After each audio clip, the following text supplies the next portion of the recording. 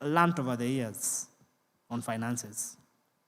The first lesson is anyone can be wealthy. You just need to apply yourself. And I'll give an example of something you did to me this year. Yeah. So, my discipler decided to go all out with me when I think he was always saying, save, but he didn't explain to me why I need to. So when he realized that I have gotten the hang of saving, one time, there's something I needed to get a certain gift for someone. And normally, if I could tell him, I need a gift for this person, normally he would give me the money. It wasn't really a big deal. So this time, he tells me, I'm not giving you any money. And I knew so well he had money. He was just from telling me, by the way, I have money on my M-Pesa. So I knew money is there. So I didn't need a lot of money, but it was a lot to me. So what did he do? He tells me, let me see your savings. I showed him my savings. He's like, I want you to buy this thing within a month without touching your savings. I was like, how can you be this unreasonable to me? How can you be like this? And then I realized, hiya, kumbe actually. No, you get angry first. Yeah, I get very angry. Like Don't forget the main points. Yeah, I get very angry because you're telling me I need to get this thing, And then again, you've given me a span of, I think it was like 4 weeks, a month. And I was like, wow, like, let's be serious. So I think later on I just decided, you know what? Let me just try and do what he's saying. As if that's not enough. He was supposed to do something else for me. He was like, you know what? Even that one, I am not going to do it. How much is it? I tell him. And he tells me, even that one, you're going to raise money, and I've given you 6 weeks to raise the money.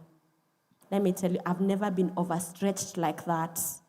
And do you know what? In those 6 weeks, I had both of the things.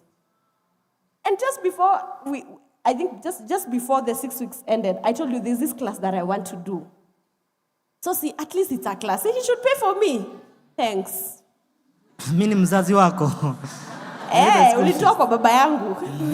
So he's supposed to pay for me. That's what I am used to. So he asked me, how much is it? I tell him the amount. Again, it was not kidogo money. It was a lot of money. He tells me, now see, you're done with these 2 things. So now, you're paying for that class. And again, you're not touching your savings. Hey, no, this is what I told him. You have killed me. If you want me to die, this is the time I'm going to die. And financially. Financially. And he told me, you're not touching your savings again. Let me tell you, by the grace of God, I've realized there's so much money that goes through my hands that I did not have an idea of. Because I was always constantly saying, I don't have money. But I've realized in a span of like 3 months, the amount of money that has gone through my hands, the money is actually there. So anyone can be wealthy. Yes. Anybody can be wealthy. You just need to apply yourself. Yeah. So she didn't think money is coming through her. But a lot of money was coming through her. But that money had no target. Yeah. It was free money. And remember, I've told you there's no free money. Lesson number 2. Decide on your definition of wealth. Decide on your definition of wealth. What is wealth to you? Some people, their definition of wealth is cars. Some other people, their definition of wealth is houses. Some other people, their definition of wealth is traveling. Some other people, their definition of wealth is investments. So when you get married, because I know you are about to get married, or even now, with your beloved, you are sure you are about to get married with. Like, let's see where it goes. Yeah, boys, I'm talking about, let's try this thing out. Now, I'm talking about the ones who you know we are about to get married. Decide on what definition of wealth is to you. It's more like what I keep telling you, define what success is to you. So that when you arrive there, you know you have arrived. If you don't define what success is to you, if you don't define what wealth is to you, both of you will have different ideas of what wealth is. One will think wealth is having cars. So when they get money, they spend it on cars. Another one will feel like wealth is traveling. So when they have money, they spend on traveling. Or expensive clothes. Others will feel like being wealthy is wearing expensive clothes. Getting expensive handbags and shoes. So what that will do is, you will never become wealthy. Because what is not defined is abused. If you don't define it, you abuse it. So sit down and agree, what is the definition of wealth according to us? Now that we are married, because we are doing this life together, what is our definition of wealth? Is wealth driving expensive cars? If that's what wealth is to you, do you drive them? If wealth is investments, do you? And I remember one time we were having a conversation with one of our friends, and they actually told us, because they're getting into their 40s, I remember them telling us one of the mistakes they did, they didn't really invest in assets. They decided to invest in big cars, traveling, living large. So they're coming to realize that At a later stage at of a life. later stage of their life. So I think that also And that is because of not deciding deciding what's their what's the definition of wealth. yeah. Lesson number 3, set your objectives. What's your journey? And what steps are you willing to take? Yeah, so I think on this one, what I've seen it working for us, I remember one time we sat down. This was one of the hardest conversations I feel like we've ever had about money. And I remember you telling me we need to cut on the budget for this house. And I was so mad. I'm like, we are living on What are we bare cutting? minimum. She was asking, what are we cutting? There's nothing we are cutting. I was like, we can always cut. She said, you don't understand. When was the last time you were in a supermarket? I said, I can't remember. You see, that's why you don't understand. Anyway, Yeah, and I remember that was it was, I think for me, I would say it was harder than, you see the breakups we had in high school. That conversation was harder than that, to be honest. Because you get into a place where you're telling me, you know what? This is where we are going, and how are we going to get there? These are our objectives. We have to cut down on cost, how we are living, how we are spending money on these other things. We have to cut down to this amount. I was screaming. I was like, how is this even possible? But because of you being hard on it, I've actually realized the objective has been achieved. we achieved what we wanted. Yeah. Because if you don't set objectives, you will never get steps to take you there. Yeah. Because objectives give you direction. So if you don't have an objective of what you want to achieve, you will not create steps to get you there. For example, you want to buy seats in your house. That should be the objective. So how are we going to buy new seats in this house? We are going to cut on bread, Yeah. maybe. We are going to cut on Day bags. day bags, maybe. And then that money that would have spent there, we save it for that. Look, God did not intend for us to live on miracles. If God intended for us to live on financial miracles, there will be no need of telling man, tend The ground. the ground, Till the ground. till the ground and tend. Tend it. He would have said, keep waiting for miracles, because I'll always supply. So it means the original design of God is that man, the Bible says you will eat from the sweat of your hands, right? Yeah. So the original design of God is that we work hard to eat. You understand? So if you keep saying, oh, ipo siku, one day, Pasi alisema we are receiving miracle money, wewe. You cannot always be in need of a miracle. Sometimes you must be the miracle. Yeah. The miracle must come from discipline. Do you know there are some miracles that come from discipline? You have been saving 50,000, maybe 10,000, 5,000, and then over a period of time, you have 5 million. Is that not a miracle? It is. But how did it come about? Discipline. So there are some miracles that should come from discipline. And discipline comes from a place of having an objective. What do we want to achieve? Is that okay? Number 4, get a reality check. Where are we at? Where are we at? How much are we worth? I remember one time I read the SFFG. book, and there's a chapter there that he talks about net worth. So I remember I sat down and calculated my net worth. I said, wow. I told my wife, hey, we are far below expectation. Yeah. You remember? Yeah. And that was also a very tough conversation to have. Yeah. I told her, hey, we are living a lie. I told her we have to decide, we have to ask ourselves, where are we at? Do you know you cannot go forward if you don't know where we were? Moving forward first starts by knowing, where am I? Where are we as a couple? Where are we as a family? We are at point X. Where do we want to go? Point Y. So what should we do to get to point Y? So you will never know where point Y is unless you ask yourself where point X is. So get to know where you are first as an individual. Asira, where am I as Asira? I earn this amount of money. How much goes into savings? How much savings do I have? And in the savings, another mistake we make is I feel like people save to spend. Yes, that's a sinking fund. That is what is called a sinking fund. We do not save to spend. Saving to spend is basically postponing your expenses. We save to invest. We save to invest. However, you can save to spend. You can have I'm saving for a TV. That's a sinking fund. When I talk about saving, I'm not talking about that kind of saving. I expect you do that. It's good. But I'm talking about now saving for your future. Remember I told you saving is doing what to your future? It's being generous to your future. And how do you become generous to your future? You invest. You invest. You start with small investments. I believe everybody can buy land here. There's land that you can buy. At your age, there's a land worth 50,000 somewhere that you can buy.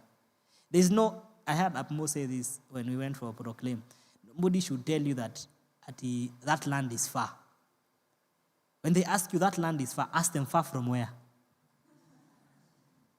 Far from where? Because no land is actually far. If it is far from where? Yeah. Far from the city, okay. But me, I don't want land close to the city. Because what is far today will not be far tomorrow. I remember when my parents bought land, many years ago, it used to be far. Now it's a place where you take 5 or 10 minutes. You walk to that place. Yeah. But those days, it was far. The bush. It was a bush. Yeah. So nobody should tell you that it's far. So save for investment. You can invest as a young man. By the way, do you realize that now you have more money than you will have? True story. Now you have more money than you will have. I'm sure you're asking how.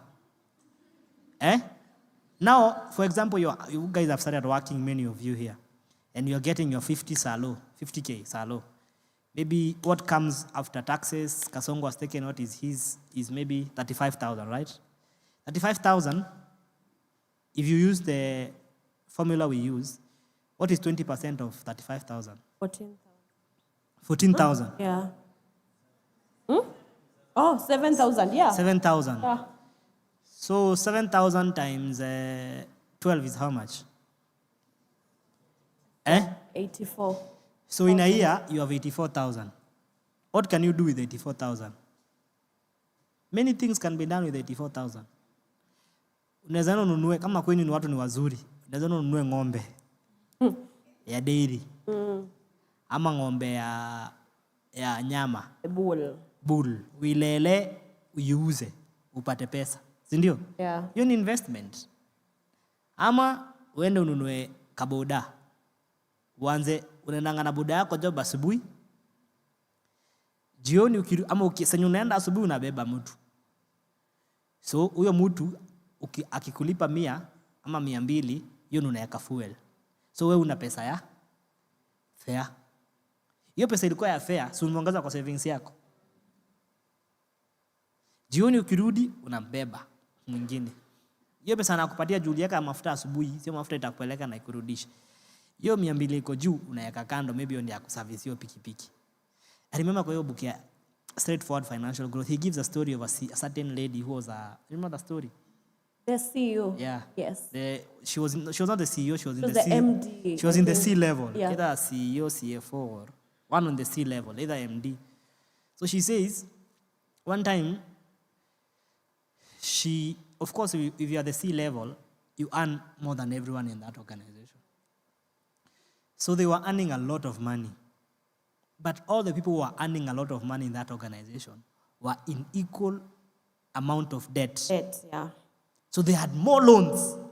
And then there were these guys who were earning less, like the drivers. But they had no loans. They had houses they had built. And land somewhere. And lands they had bought. So one time, she gets interested in how these guys survive. Because them, of course, if you are the C level, there's pressure to impress. So first of all, you go and get a very expensive house that you have no business living in. 4-wheel car. In fact, recently I was having dinner with some CEO, and he told me that's the first trap they tried to put him into. They told him, now that you become CEO, you need to move from this area and go to that area and get that kind of house. He said, no. I know you people. I have seen your caliber before. So he was able to escape. But his predecessor did not escape. So his predecessor got a very expensive apartment that they tell you will pay for you for a few months, and then you'll start paying for yourself. And then in less than 3 years, because the thing is politically appointed, he was removed with a debt of like 80 million. So anyway, back to that other story. So the lady realizes, Allah, these guys seem to be living better than us. So what do? She starts having conversation with these guys. And then she realizes that even though she was earning more, she did not understand the money like these guys. So the driver became like the discipler of the CFO or somebody in the C level, and helped her get out of debt, helped her buy property, helped her build. Yeah. So my long and short is, just because money is a lot does not mean you are rich. My pastor taught me many years ago, people don't become rich by how much they get. You become rich by how much you keep how much you save. So don't think if your salary is increased, you'll become richer, Valerie. No. You become richer not by the money that comes into you, Tasha, but by how much you can keep from what comes into you. Number what? 5. Number 5. Understand your money beliefs and where they come from. I think we've literally talked about that. Yeah. Yeah. But you can say it again. Understand where your money beliefs come from. Yeah, maybe it's how you were brought up, the people you're around, how you saw them spending money. And what we don't know is that every atmosphere we are in, it affects us in a good way or a bad way. So even when it comes to money, maybe how you saw your folks dealing with money, or your siblings, or anyone that you lived with, or someone you're always around, it actually affects your money beliefs. Maybe one of the books that I recommend you read is He That Hath.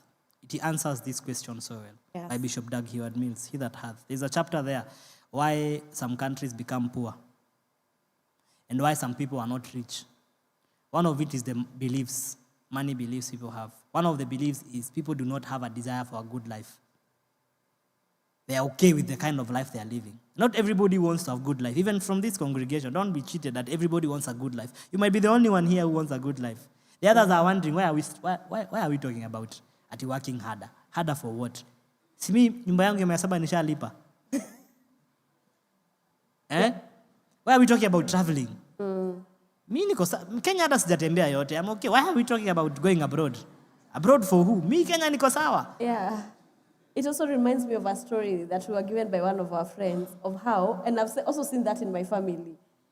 This friend of ours was telling us that how our parents believe that money is coming is true.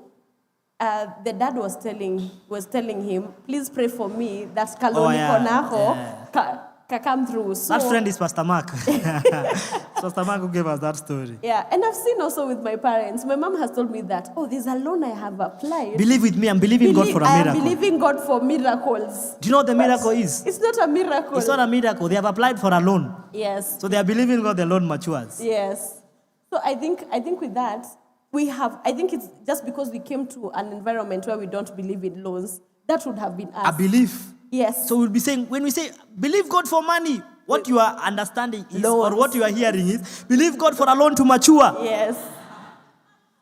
When I say, God will give you money, what are you hearing? Loans. KCB is about to take care of your... But when I mean believe God for money, I literally mean believe God for... money. Lesson number 7. Is it number 7? Number 6. If you see money as the solution, you will find that it becomes the problem. If you see money as the solution, you will find that it becomes the problem. Yeah, I think on that one, this is how I would go about it. For us, growing up, or how we have seen everything, we know that money Money caters for everything. Money is Money the answereth to all things. Answereth to all things. But sometimes it's really not it's not the main thing. Because Correct. when you have, for example, let me give you a story that we were given by our director in school when I was in high school. He gave us a story of someone that anytime one of his friends or people he knows died, he wouldn't go for matanga or the burial. He would just send money. So one time, his wife died. What did people do?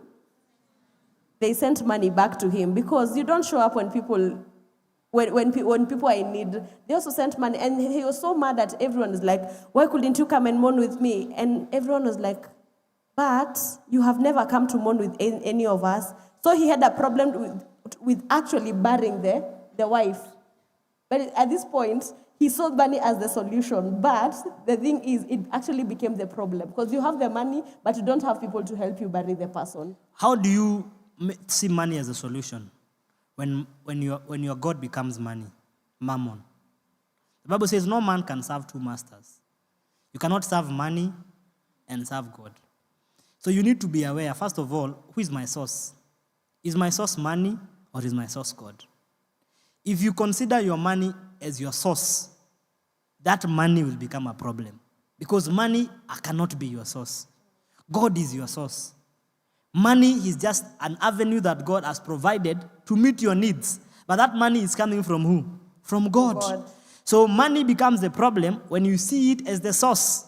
Yet your source is supposed to be who? To be God. And how do you know you have made God your source? When you pay your tithe. The first sign that you don't believe God is your source is when you don't pay your tithe. Because you ask, why should I pay my tithe? Because that is showing you that you actually believe God is your source. I believe that this has come from God. So I'm giving back to him what has actually come from me. Number 2, after you pay your tithe, you become generous. For he gives seed to the sower and bread to the eater. Actually, I like that scripture in the TPT version. Would you please put it up for us on the screen? The generous God who supplies abundant seed for the farmer, which becomes bread for our meals, is even more extravagant towards you. Look at that. The generous God who supplies abundant seed for the farmer, which becomes bread for our meals, is even more extravagant towards you. First, he supplies every need plus more. Then he multiplies the seed as you sow it, so that the harvest of your generosity will grow. So, money becomes your goal and your God when you are not generous, because you don't realize that the seed comes from God. It is him who supplies, and he becomes more generous towards you.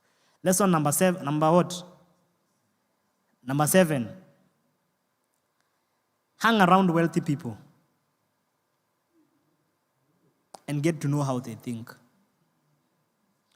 Hang around wealthy people and get to know how they think. By the way, how many of us were told that we should not talk to rich people? Watu ni Illuminati. Wanajifanyanga sana. Have you heard those stories? What those people were doing to you, they were keeping you from becoming like those rich people. Because how will you know how they think unless you hang out with them? Because rich people don't think like us. Okay, I mean those who are not yet. Me, I want to be among those who are wealthy. Yeah. They don't rich people think differently. Like one time I was playing golf with some wealthy people. For a long time I used to think owning a house is a very important, and we used to fight with my wife. Because my wife was saying, no, we should not do that. Me, I would say, the first thing we need to do is build a house. So me, I used to think building a house and owning a house is success, number 1, and is the first thing you should do. Hey, then one time I'm playing golf with some rich guys, and Paps had invited me. And the guy just begins to have a conversation. He says, one of the financial mistakes I ever made was building this house in Karen. And the house is like 200 million. And in a 2-acre piece of land. In 2-acre piece of land. Big. Says, that's the first mistake I ever made. I should have taken that money and built a flat, or there's some things he said I should have done. And that money would have given me more. Then the interest I was getting from that money, I would have rented a house. So I would not be having monthly expenses on this house. You said running this house is too expensive. Because if there is repair, I'm the one who does them. If there is this, so you'd rather first, the Bible says, prepare the field and then prepare your house. So what does that mean? If you're going to build a house, first build a house for rental, my opinion. Build what will bring income before you build a house to stay in. Because I remember Pops also told me, one of the reasons why it's not good to build the house at a young age is because your taste changes. Your taste changes over time. You're not yet too exposed when you are young. You've not traveled enough. After you've traveled enough, you realize, Ushai notice Wakenya ujanganga the same. Yeah. All Kenyan houses look the same. They went to the same school. The architects are the same. The designs are the same. But if you travel a bit, you realize, there are better ways of building and cheaper ways. So you'd rather have built a home like flats for rental. And that money you'll be receiving, the interest you are receiving, you use it to rent and then keep building your portfolio. Then at the right time, build your house. That's my opinion. Your opinion might be different, and it's right. Yeah, I also remember there's a time we met a 70-year-old. I don't know if you can remember, and we were having a conversation with this man. And we were asking him, I think, some of the mistakes he did when he was younger. And he told us the same thing. No, he actually said for him, what he decided to do when he was still working for the government, he bought a lot of lands. Oh, yeah. You remember the guy? Remember the guy, yeah, so he bought a lot of land. So right now, it's when he's actually enjoying the land because now he can sell them. And then he went to a very far place to get it, at the most remote areas. Yeah. So right now, he's actually happy that he actually did it. Now the lands that he was buying for like 50,000, now he says if he wants to dispose it is like 50 million. So it's a long-term investment. Lesson number 8 and the last one on this point. It is harder to manage yourself than it is to manage money. I'll let you take that. It is harder to manage yourself. You've suffered there. Than it is to manage money. So I believe if you have struggled with money, there are other areas you've struggled with. Correct. For example, discipline. Discipline on everything. How you eat, how you have your quiet time, how you do basically everything. So when you're given targets, do you really hit your targets when you're given? It's a question. If you have struggled with money, you already know that's a no. It is harder to manage yourself than it is to manage money. Are you able to take care of your health, or you just eat anything that you feel it's there? Like eating. One of the things I look out for in people to know how disciplined they are is money.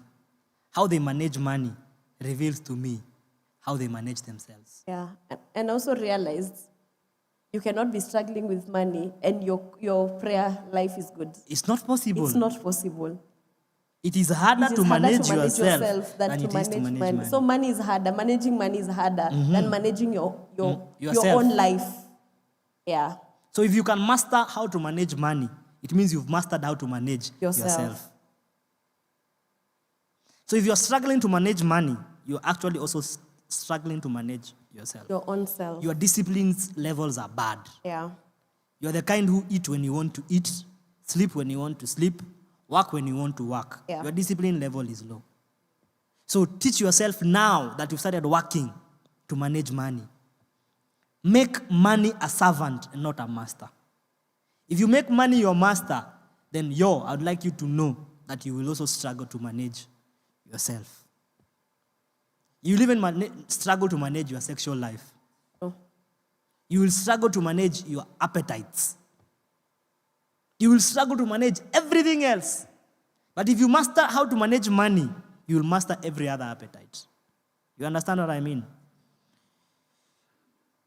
It is harder to manage yourself than it is to manage money.